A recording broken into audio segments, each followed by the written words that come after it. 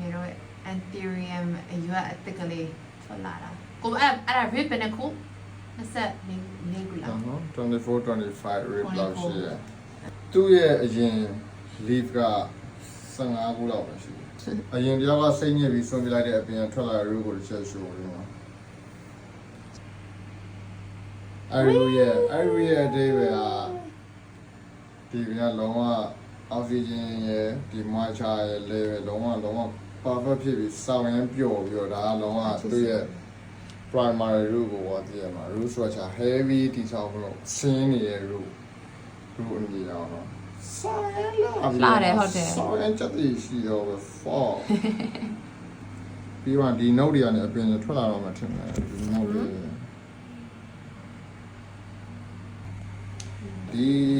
ခင်းကသူ့နာမည်နဲ့လိုက်အောင်ပါသူတရွက်ထွက်လာကိုကာဘာတွေအများကြီးပဲပါဒီကာဘာကလုံးဝ main လေးပါအရင်ဆုံးဒီမြေကြီးတွေကလုံးဝအမာဆုံးတွေကိုထိုးပြီးထွက်လာပေးရပါအဲ့ကာဘာပြီးတော့မှဒီကာဘာအထူကြီးအားမဒီကအဲ့အမြင့်နေအောင်ရှိနေတော့တွေ့လားဒီအရွက်တောင်မှကွာထွက်ရုံလေးပဲရှိတယ်နောက်ထပ်အရွက်အတစ်တရွက်ကဒီမှာပါလာနေတယ်အတင်းဆိုဟုတ်ဘူးတယ်